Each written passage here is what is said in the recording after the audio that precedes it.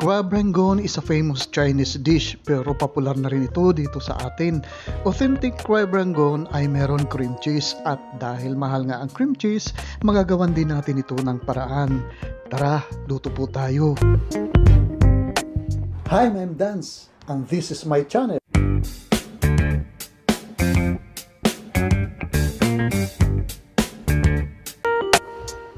Ito po ay 200 grams na crab sticks o imitation na crab meat.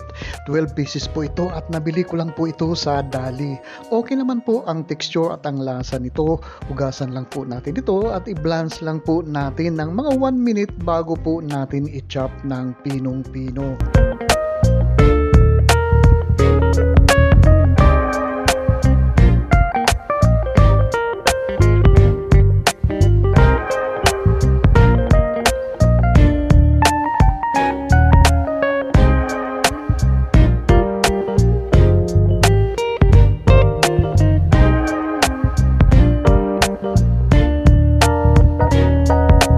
Ayan, na-chop na natin ng pinong-pino ang ating crab stick dito at ilagay lang po natin lahat ang ating mga sangkap na nasa screen at pagkatapos po ay hahaluin lang po natin ito ng maigi at ito na po ay ready na po natin ibalot ito.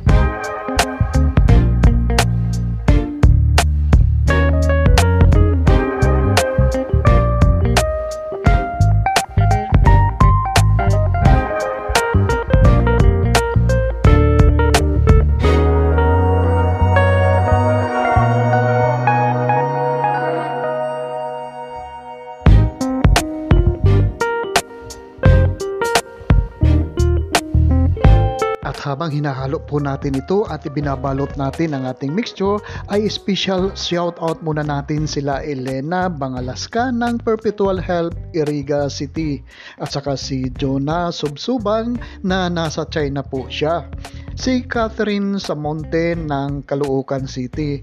Maraming salamat po sa patuloy niyong pagsubaybay at panunood sa aking mga video recipe po dito. Ituloy-tuloy lang po natin ang ating panunood sa video na ito at tiyak na matututunan natin ang paggawa ng crab rangoon kasi po may caption naman po dito sa aking video at maiintindihan po natin kung ang procedure sa ating paggawa ng ating napakasarap na crab rangoon.